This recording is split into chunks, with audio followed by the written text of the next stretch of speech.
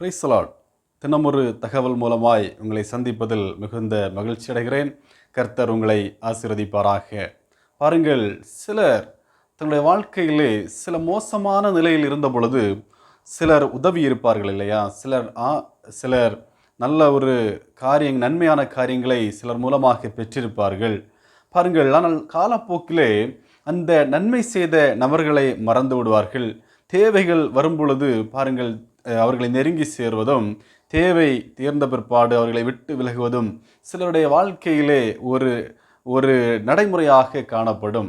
அப்படிப்பட்ட சூழ்நிலையில் இருக்கிற நம்மை பார்த்துதான் இன்று ஆண்டவர் ஒரே ஒரு காரியத்தை சொல்ல ஆசைப்படுகின்றார். பாருங்கள், ஏசாயா தீர்க்கதரிசியின் புஸ்தகம் அதன் 43வது அதிகாரம் 22வது வேதவசனத்திலே என்ன சொல்லப்படுகிறது? ஆனாலும் யாக்கோபே, நீ என்னை நோக்கி கூப்பிடவில்லை, இஸ்ரவேலே, நீ என்னை குறித்து மனம் சலித்து போனாய். யாக்கோபே, நீ என்னை நோக்கி கூப்பிடவில்லை, இஸ்ரவேலே, நீ என்னை குறித்து மனம் சலித்து போனாய். பாருங்கள், ஏன் என்று சொன்னால், பாருங்கள், ஆண்டவரிடத்திலே சில நேரத்திலே போராடி பார்க்கிறார்கள், ஜெபித்து பார்க்கிறார்கள், பதில் கிடைப்பதில்லை. பதில் தாமதிக்கிற பொழுது மனம் கசந்து ஒதுங்கி விடுகிறார்கள். இனி என்ன எல்லா நம்பிக்கையும் விட்டு விடுகிறார்கள். நம்பிக்கை இழந்து போகிறார்கள். இனி இவ்வளவுதான் நம்முடைய வாழ்க்கையிலே என்று சொல்லி எண்ணி விடுகிறார்கள்.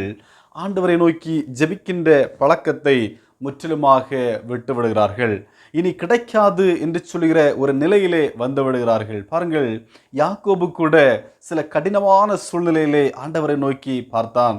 ஏசாவை விட்டு, தன்னுடைய ஊரை விட்டு இன்னொரு இடத்துக்கு கடந்து செல்லும் பொழுது, ஒருவேளை அங்கு நான் போகிற இடத்துல எல்லாம் பிரச்சனை வந்து விடுமோ என்று சொல்லுகிற நிலை அவனுடைய வாழ்க்கையில் வந்த பொழுது, யாக்கோபு தன்னை முழுமையாக அர்ப்பணித்தான் ஆண்டவரிடத்திலே முழுமையாக ஒப்பு கொடுத்த மனிதன். ஒரு புறத்திலே ஏமாற்றுக்காரனாக இருந்தாலும் மறுபுறத்திலே ஆண்டவரை மறக்காமல் தேடின ஒரு மனிதனாக காணப்பட்டான். இப்படித்தான் சிலருடைய வாழ்க்கையிலே நெருக்கங்கள் வருகிற பொழுது, பாடுகள் வருகிற பொழுது ஆண்டவரை நோக்கி பார்க்கிறார்கள். ஆண்டவரும் நம்முடைய கஷ்டத்தை நினைத்து பார்த்து நன்மை செய்கிறார். ஆனால் காலப்போக்கிலே ஆண்டவரை மறந்து விடுகிறார்கள். தேவைகள் வரும்பொழுது கூட ஆண்டவர் ஞாபகம் வருவதில்லை சிலருடைய வாழ்க்கையிலே. இனி என்ன ஒரு வாழ்க்கை என்று சொல்லி தங்களை தாங்களே நினைத்து கொள்கிறார்கள். பாருங்கள், யாக்கோபு எவ்வளவு தூரம் ஆண்டவரிடத்திலே போராடினானோ அவ்வளவு தூரம் ஆண்டவர் யாக்கோபுக்கு உதவி செய்தார் என்று சொல்லித்தான் வேதம் சொல்கிறது. அவன் எவ்வளவு தூரம் ஆண்டவரிடத்திலே கெஞ்சி மன்றாடினானோ அவ்வளவுக்கும் அதிகமாக ஆண்டவர் யாக்கோபுக்கு உதவி செய்தார் என்று சொல்லி வேதம் சொல்கிறது. அவன் சொன்ன காரியத்தில எல்லாம் கரெக்டாக ஆண்டவரிடத்தில் இருந்தான் என்று சொல்லியும் வேதத்தை வாசிக்கும் பொழுது நன்றாக சொல்லப்படுகிறது. அவர்களுக்குள்ளே ஒரு அண்டர்ஸ்டாண்ட் இருந்தது, அவர்களுக்குள்ளே ஒரு புரிந்துணர்வு இருந்தது.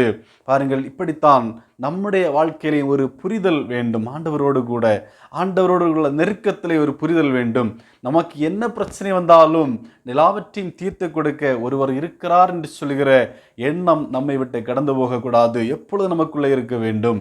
அதைத்தான் ஆண்டவர் சொல்கிறார், நீ என்னை நோக்கி கூப்பிடவில்லை, நீ என்னை நோக்கி பார்க்கவில்லை, உன்னுடைய தேவையை என்னிடத்திலே சொல்லவில்லை, நீ நன்றி மறந்தவனாக காணப்படுகிற. ஆகவே என்னை நோக்கி கூப்பிடு என்று சொல்லி இன்று உங்களை பார்த்து ஆண்டவர் சொல்லுகிறார். ஒருவேளை ஆண்டவரை மறந்து போன நிலையில் இருப்பீர்கள் என்று சொன்னால் ஆண்டவர் சொல்லுகிறார், உன்னுடைய பிரச்சனைக்கு தீர்வு கொடுக்கிற ஒரே ஒரு கடவுள் நான் மாத்திரம். ஆகவே என்னை நோக்கி கூப்பிடு, நான் உன்னுடைய வாழ்க்கையிலே பதில் கொடுப்பேன் என்று சொல்லி ஆண்டவர் இன்று உங்களை பார்த்து பேசி கொண்டிருக்கிறார். இஸ்ரவேலே, நீ என்னை குறித்து மனம் சலித்து போனாய், நீ என்னை குறித்து மனம் வெறுத்து போனாய், மனதளவிலே வெறுத்து போனாய், நீ என்னை குறித்து சோர்ந்து போனாய், நீ என்னை குறித்து அவ்வளவுதான் என்று எண்ணிவிட்டாய்.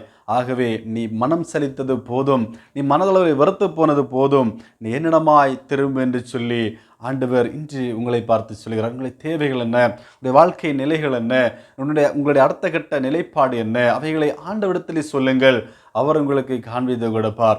ஆகவே தான் இந்த வேத வசனத்தின் மூலமாக இன்று உங்களோடு கூட பேசி கொண்டிருக்கிறார். ஆண்டவரிடத்தில் எங்களை ஒப்புக் கொடுக்கலாமா? எங்களை நேசிக்கிற நல்ல ஆண்டவரை, இந்த நாளிலும் தேவன் எங்களோடு கூட பேசியிருக்கிறீர். குறிப்பாக உம்மை விட்டு தூரம் சென்ற நாட்கள், உம்மை விட்டு பின்வாங்கின நாட்கள், உம்மை நினைத்து பார்க்காத நாட்கள், உம்மை நோக்கி வேண்டுதல் செய்யாத நாட்கள் எல்லாவற்றையும் நாங்கள் நினைத்து இடத்திலே மனம் மருந்தி நிற்கிறோம் ஐயா. இனியுள்ள நாட்கள் உம்மை நோக்கி பார்க்க கிருபை தாரும். எங்களுடைய தேவைகளை சந்தித்தவர்களும், எங்களுடைய தேவைகளுக்கு எங்களுக்காக உம்முடைய இடத்திலே மன்றாடுகிற பொழுது எங்களுக்காக இரக்கம் காண்பிப்பேன் என்று சொன்னீரே.